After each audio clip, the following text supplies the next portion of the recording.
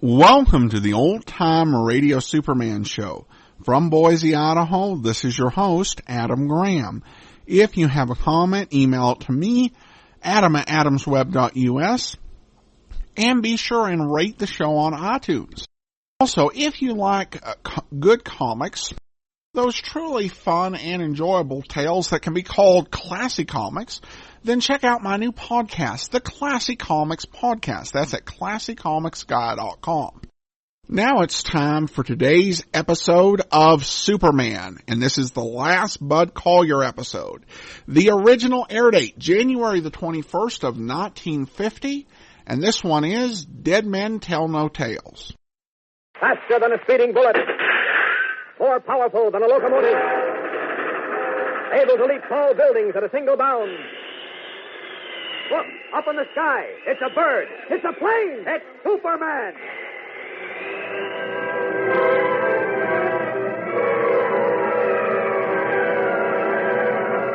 The Adventures of Superman.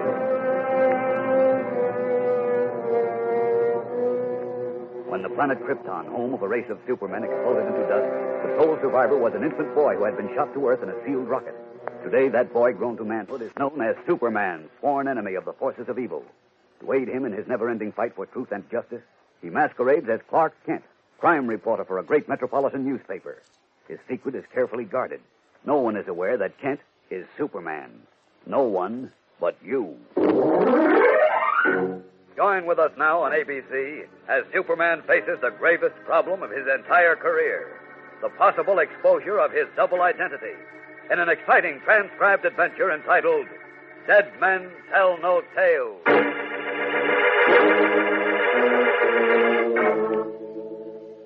The horrible realization that one day someone will discover that Clark Kent, mild-mannered, bespectacled crime reporter, is in reality Superman, has hung over Superman's head like the sword of Damocles. For he realizes that once his dual role is exposed, he will no longer be able to work in secrecy. And now, that day has come. Returning to his apartment late one night, after covering a routine hold-up story at police headquarters, Clark Kent discovered that a secret closet in his bedroom had been broken into, and the spare Superman costume he kept hidden there had been stolen. For a moment he was dazed. Then the full import of what had happened struck him like a savage blow. Whoever had stolen the costume, unless he was stupid beyond belief, was now aware that Clark Kent was Superman. For almost an hour, Kent paced the floor, unable to think. There were 6 million people in Metropolis, and the sneak thief might be any one of them. Finally, in desperation, he called in his friend, the private detective, Candy Myers. All right now, Clark. Relax. It's not the end of the world, you know. Well, it might be for me. Oh, stop it. No matter what the guy stole, it can't be that bad. Now, let's have it from the beginning. I told you. I got back from headquarters at 11 o'clock. I walked into the bedroom and found the door of the closet open. Okay, what was missing? Well, that's not important, Candy. The important thing is... What do you mean it's not important? I got to know what the guy lifted, don't I? Well, assume he didn't take anything. Well, then what's all the fuss? He still broke into my apartment. Now, look, Palvy, you're not pulling any wool over Candy Myers' eyes. In the first place, it's a secret closet. In the second place, nobody has a secret closet and leaves it empty. In the third place, if the guy knew how to get it open without jimmying the door, he must have had a pretty good idea of what was in it. No, he couldn't have known what was in it. So there was something in it? Well, yes. Well? Well, what? Give. What did he hide? Now, Candy, believe me, it doesn't matter. All I want to do is get the thief. Is that all? Well, you know what I mean. I don't know what you mean, but I sure know what you need. You need a swami with a crystal ball, not a detective. Oh, Candy, please. Now, look, pal, you know as well as I do that whatever the guy took, he's going to try and sell or hawk. The only way to put the finger on him is to check every fence and hawk shop in the city. Well, but we can't do that unless we know what we're looking for, can we? But he won't try to sell or hawk this, Candy. It has no value. Well, then what are you all hot and bothered about? Well, it has value to me. In fact, it's everything. Oh, brother. No, Candy, just do one thing for me, will you? Check the closet door for fingerprints. Have you got your dusting kit with you? Yeah, I got it. Please, Candy. Okay, but you sure like to do things the hard way. Well, it's the only way in this case.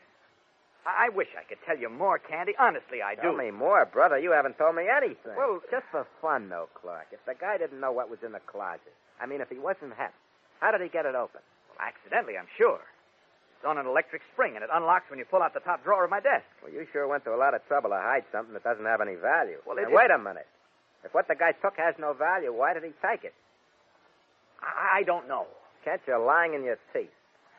There's no skin off my back. There are prints on the door, I'll get them. After that, pal, you're on your own.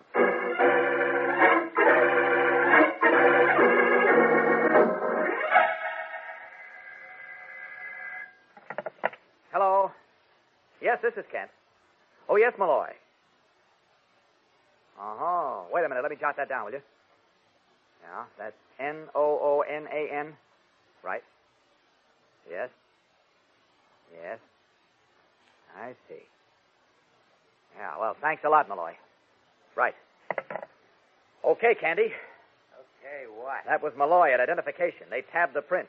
Lefty Noonan, 21 arrests and 3 convictions since 1938. So what? So he can be picked up, can't he? Sure, if the cops can find him.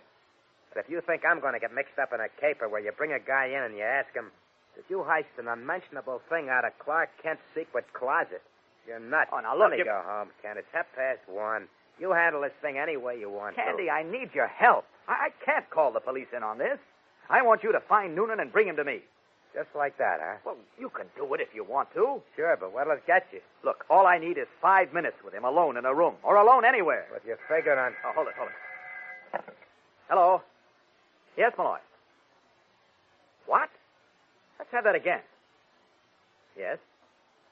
Uh-huh. At 10:25, eh? I see. No. It's just a routine check. Yeah, sure will. Right. Candy. Yeah? The cop on this beat caught Noonan sneaking out of the delivery entrance of this building at 10:25 tonight. Well, that does it. You don't need me anymore. Sweet dreams, pal. Oh, Candy, wait. He got away. Huh? He broke loose before the prowl car showed up. The cop chased him, shot at him twice, and swears he hit him.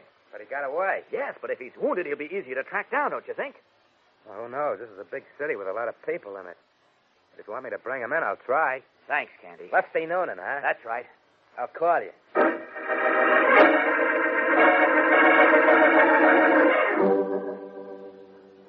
Here's some water, Nick. No water. The slug went through his back. Slow down. If it's in his belly, water's I bad. better go call the doctor then, huh? You don't look so good.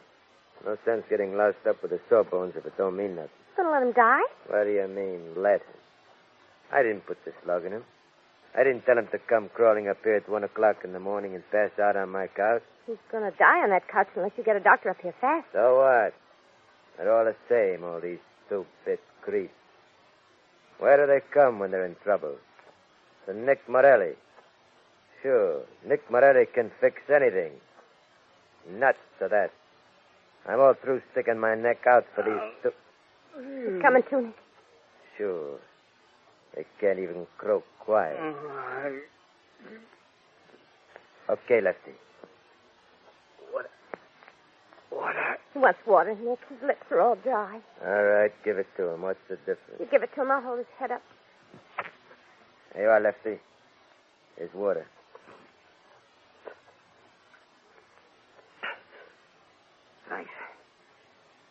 Thanks, Nick.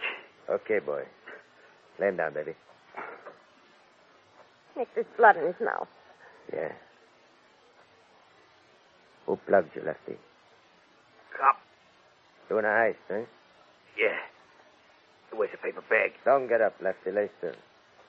I have the paper bag. What's he talking about? He was carrying a paper bag. It's out in the hall. Get it, Frank.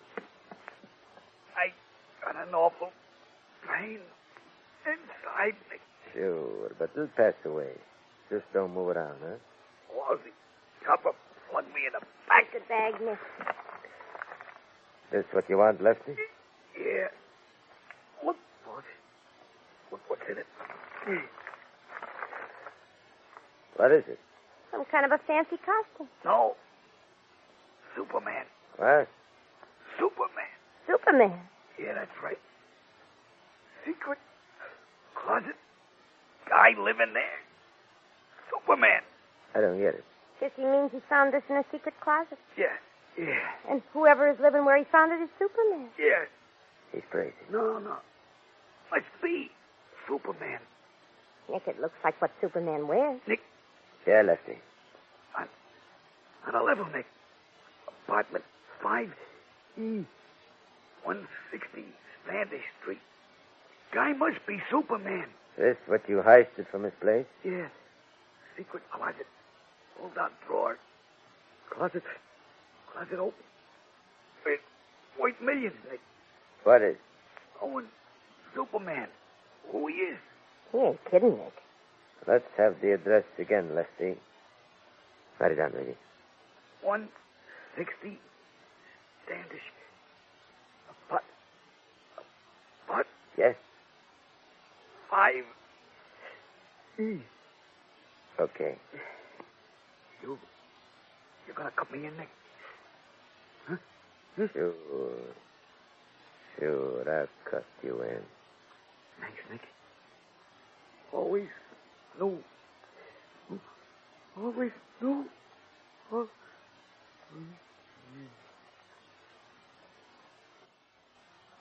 Yes? Yeah. Too bad. You could have told us more. You don't believe that stuff about Superman, do you? You can't tell. I can tell. You want to prove it? How? Light a match. What for? You want to prove it, don't you? Go ahead. Light a match. Okay. Yeah. Try to burn this stuff. Burn it. Yeah, hold the match under it. Close. Don't burn. You sure? Can't you see? Ow. Light another one. Nick, this is no time. Do like I say, light the match. Put it right up under the cloth. Fast. Right up against it. Mamma mia. What is it, Nick? That creep. He was right. This is Superman's outfit. It don't burn, baby. This is dynamite. How are you going to handle it, Nick? First, get me Lonzo on the phone. He's got to come up here with the boys and get this dead creep out of here. Then what? Then, baby, we figured out a way to tie up this Superman character so from now on he works for only one guy. Nick Morelli. Right, baby. Nick Morelli.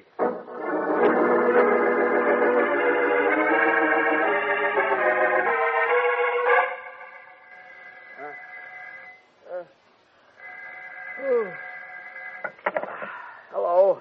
Wake you up? Candy? Yeah. Oh, I was just dozing.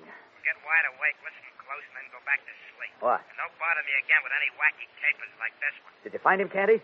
Yeah, I found him. Where is he? I'll come right down. Relax, Alfie. He's on a slab in the morgue. Dead? No, he couldn't get a hotel room, so they rented him a slab for the night. What do you mean, dead? When they reached the morgue, brother, that's all. Oh, okay, Candy. He was found in an empty lot on the south side, about 2 miles from your place. One of the cops' slugs caught him in the back, and that was as far as he could get. Well, that's that.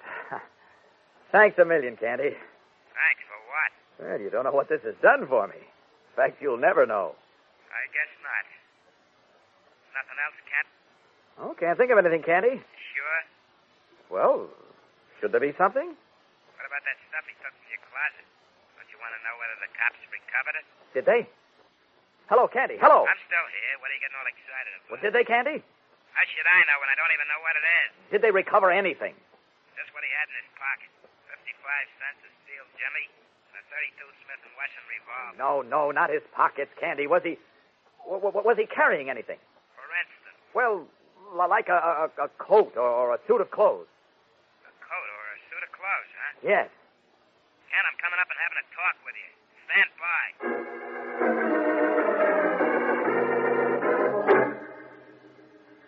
Candy, if I've said it once, I've said it a dozen times. I can't tell you what Noonan took from that closet. I wish I could, but I can't. Now, that's fine. Okay, pal, okay.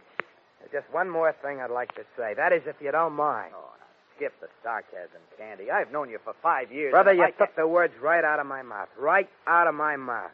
What words? We've known each other for 5 years. And all that time, I've never seen you so jittery like this. Oh, nonsense. No nonsense. Something's happened that shot you to pieces. You need help, Clark, but you can't get it unless you're willing to cooperate. Candy, if I could... Forget that I'm a private dick, will you? I'm your friend, and I'm trying to... Who's that at 3 o'clock in the morning? I don't know. Hello. Is this apartment 5E at 160 Standish Yes? Who's this?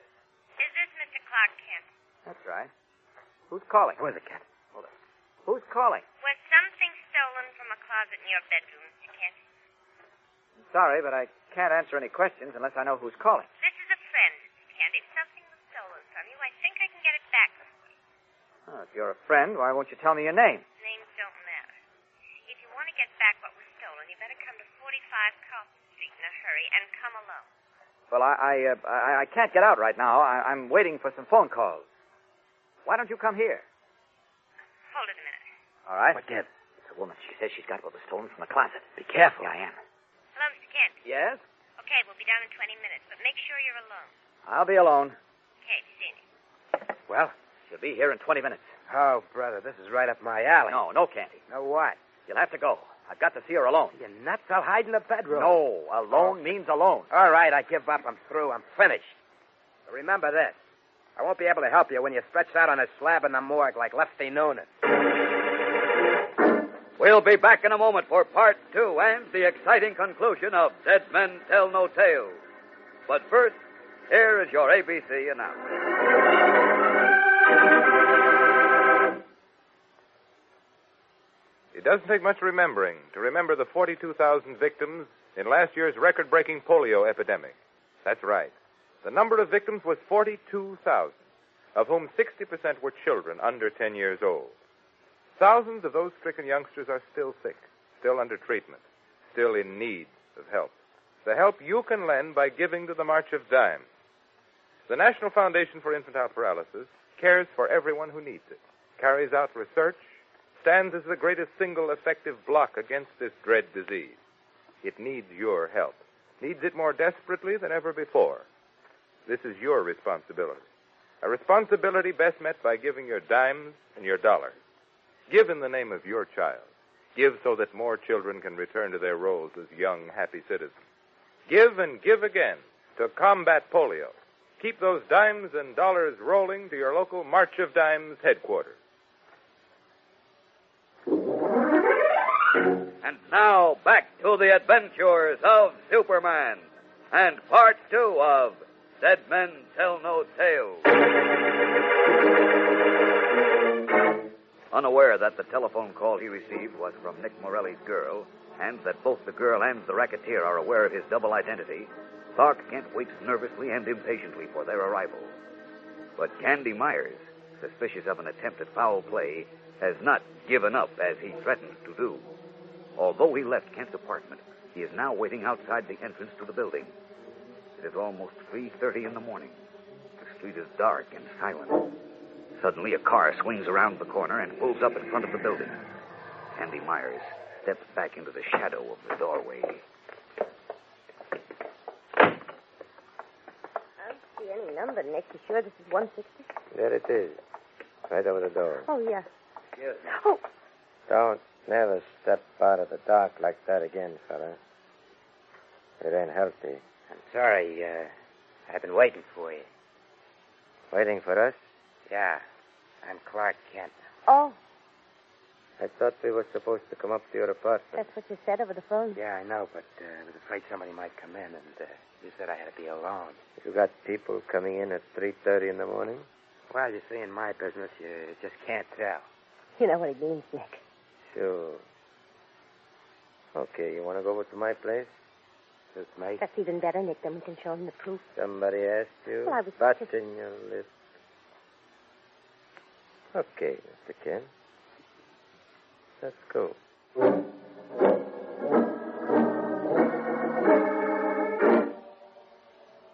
Sit down, Mr. Kent. Make yourself comfortable. Thanks. How about a little drink? Never touch it. Smoke? No, thanks. Real athletic type, huh? Stands to reason, don't it? You sure look different sitting there. Different than what? What are you trying to kid? Gets me at iron soda, baby, huh? Huh? Just because you don't drink don't mean I don't have to. Of course not. Go right ahead. Okay. You must be wondering where I fit into this, huh? Yeah, in a way. Well, here it is. I know the creep that busted into your apartment and copped something out of your closet. Here you are, Nick. Thanks, baby.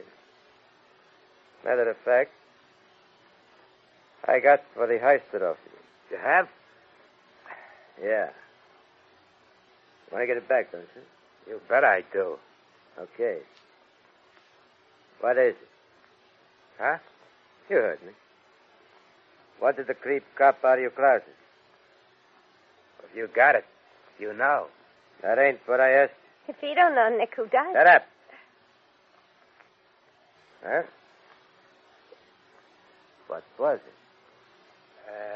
It's like a coat or a suit of clothes. What kind of a suit of clothes?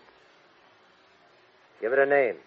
What do you mean, give it a name? Get them front window shades down, baby. Don't move, guy. What are you pulling a gun on me for? We'll find out quick. Okay, Nick. Check the front door. Make sure it's locked. Okay. You and me are going to find out something, Kent. Lock me. All right. What's the angle, Nick? The angle is I think maybe this guy's a phony. I don't like the smell of it. What are you talking about? Get up. Come on, get up. Sure, but... I'll make with the talk. All you got to do is listen. One thing Nick Morelli don't like is getting the double cross. He don't like it for nothing. So if Nick Morelli thinks the guy is slipping him the finger, he's right away quick takes care of it, see? No, I'm doing the talking, remember. Go ahead. Thanks. Sometimes maybe it happens Nick Morelli makes a mistake. He gives the business to the wrong guy. The guy who ain't slipping him no finger. But with you, it don't matter. If you're the guy you're supposed to be, nothing's going to happen. If you ain't, then you're trying to slip Morelli the finger, and you got it coming. Catch wise? I'm not allowed to talk. Go on, talk. Say what you got to say. All I got to say is I don't know why you pulled a gun on me, and I don't know what you're shooting your mouth off about. Well, maybe I'm wrong, so we'll find out quick. Find out what? If you're the right guy or the wrong guy. I'm going to toss a couple of 38 slugs your way. If you're the right guy, okay. If you're the wrong guy, you're a dead pigeon. Caught in a blind trap, unaware that Morelli is trying to determine whether or not he is Superman, Candy Myers faces the steel black muzzle of a gangster's gun and almost certain death. Meanwhile, in his apartment, Clark Kent glances at his watch for the 10th time. 5 minutes to 4. She called a little after 3, and she said 20 minutes. Almost an hour. I'm not going to wait any longer. 45 Carlton Street. I'll pay her a visit as Superman. Removing his horn-rimmed glasses and stripping off his business suit disguise, Clark Kent emerges in the brilliant red and blue costume of Superman. Raising a window, the only human being on Earth who numbers among his amazing powers the power of flight leaps out into the darkness. Hovering for a timeless moment in midair, he gets his bearings and then, like an arrow shot from a bow, speeds across the city and drops down on the sidewalk in front of the stucco house at 45 Carlton Street. One glance and his X-ray vision shows him the scene inside the house. Great Scott! Tensing every muscle in his powerful body, Superman crashes through one of the blind-drawn windows and, like a human projectile, strikes Candy Myers and knocks him unconscious. Almost at the instant the gun in Nick Morelli's hand blasts out. Mamma mia! It's Superman! Drop that gun. First, I got to make sure. All right. Now I drop. That's better. Sit down. We talk things over. I've got nothing to talk over with you, unless it's a matter of attempted murder. If I'd been a split second late, that bullet would have killed him. So why did he have to try to slip me the finger telling me he was Kent? Is that what he did? Sure, ask her. Yeah, he was waiting downstairs where you live. What do you mean, where I live? 160 Standish. We know the score. Your name is Clark Kent. You know too much. Could be. What's your name? Nick Morelli. And yours? Never mind her. Yeah. Maybe I do know too much. Only what I know pays off. Does it? I think so. Or me's the only one knows. The stupid creep busted into your joint. He's dead. So from here on in, you do business with me, Nick Morelli. Is that so? Yeah. On account of if you don't, I'm going to do a little talking, and that's going to put you out of the Superman racket, but quick. What if I see to it that you can't do any talking? You know, dead men tell no tales. You ain't going to knock us off. That ain't your way. Right now, I wish it were. Relax, Mr. Kent. Or would you like for me to call you Superman? You don't have to call me anything. Where's the costume that was stolen from my closet? Sit down. We'll talk it over. I'm not in any mood for talking. Where is it? Yelling ain't going to get you nowhere. All right, then maybe this will. You're breaking my arm. Where's that costume? Stop it! Where is it? Stop it! Right. One answer to this. I've got to put both of you someplace where it won't matter how much talking you do. What are you going to act like this for? We can make a deal. I don't make deals. Takes a square shooter? The shooter part I'll accept. You've made your bed, and now you're going to sleep in it. Get your coats on. Huh? You heard what I said. Get your coats on. Where are we going? For a little ride to your new home.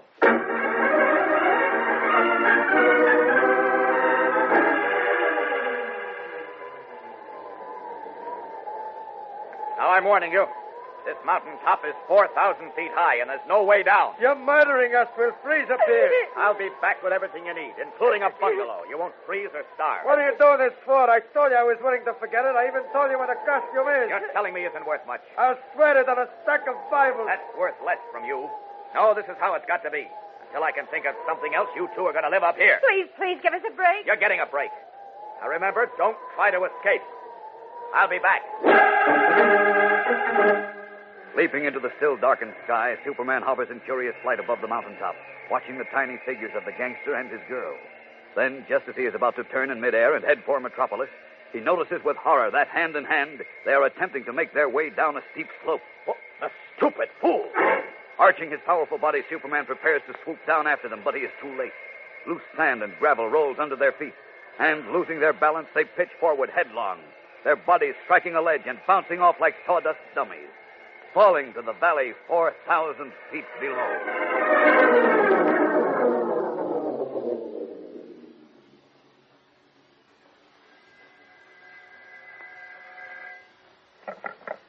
Hello? Hello. This is Candy Myers. Candy, what happened to you? You sound terrible. What happened to me shouldn't happen to a dog. Somebody hit me on the back of the head with a telephone pole. What are you laughing about? Not laughing, Candy. Just clearing my throat. Listen, Ken, I want to warn you. You're in trouble. I'm in trouble. Yeah. Tough mug by the name of Morelli has got whatever was copped from your closet. Oh, don't worry about it, Candy. I got it back. You got it back? Yes, and Morelli and the girl are dead. They fell off a mountain. Oh, that does it. I knew I should have had more brains than to get mixed up in it. They fell off a mountain, huh? That's right. Sure, and I'm Dick Tracy, and you're Superman. That's right, Candy. Good night, kid. Good night, Candy.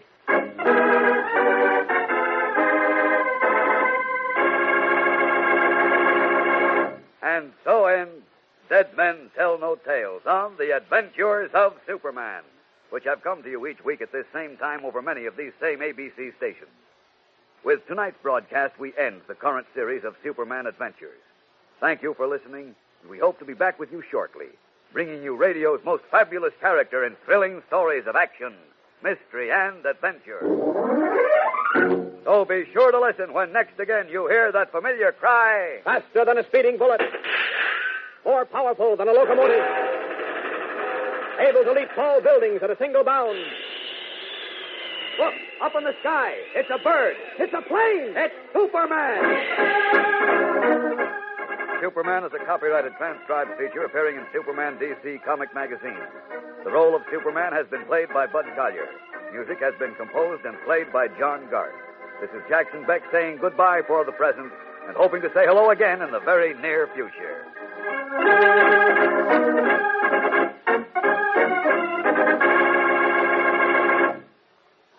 This is ABC, the American Broadcasting Company.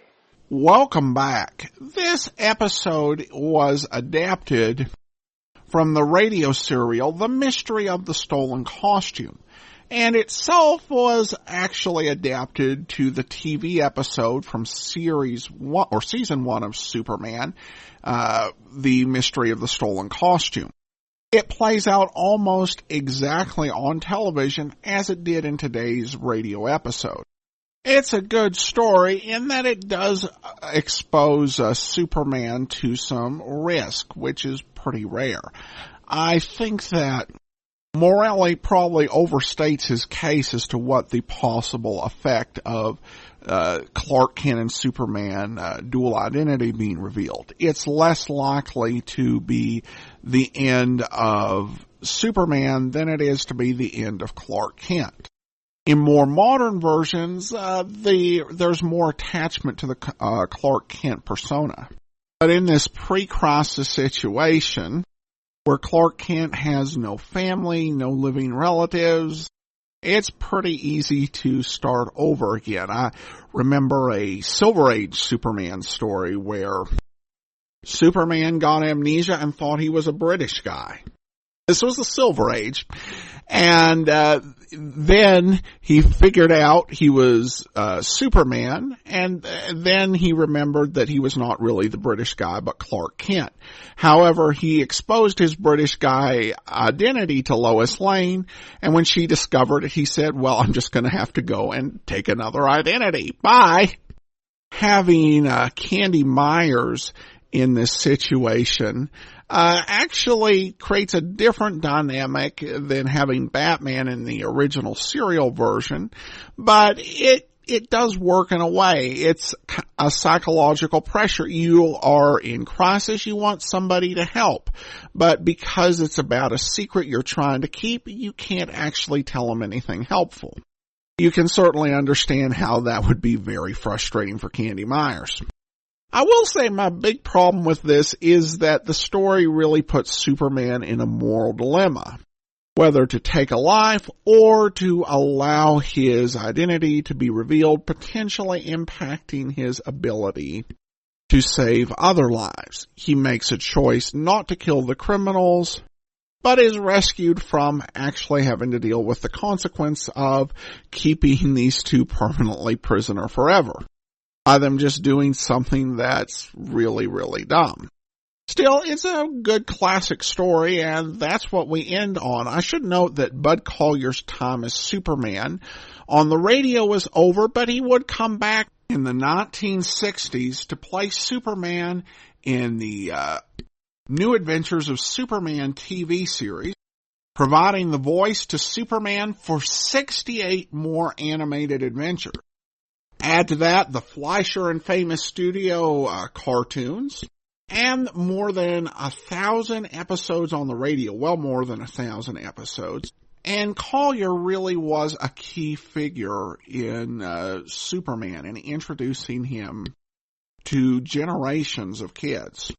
So a wonderful legacy, and we are almost done with this series. But we have one more episode, and I'm going to try something crazy, and next week try and have it on time. Sorry about the delay this week and last week. But we will be wrapping up Superman, so send your comments to Adam at adamsweb.us.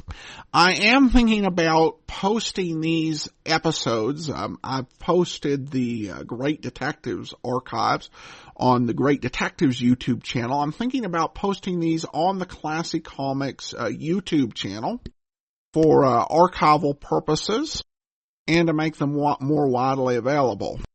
But that is all for now. Send your comments to Adam at adamsweb.us. Be sure and rate the show on iTunes. And check out my new podcast, ClassicComicsGuy.com, the Classic Comics Podcast from Boise, Idaho. This is your host, Adam Graham, signing off.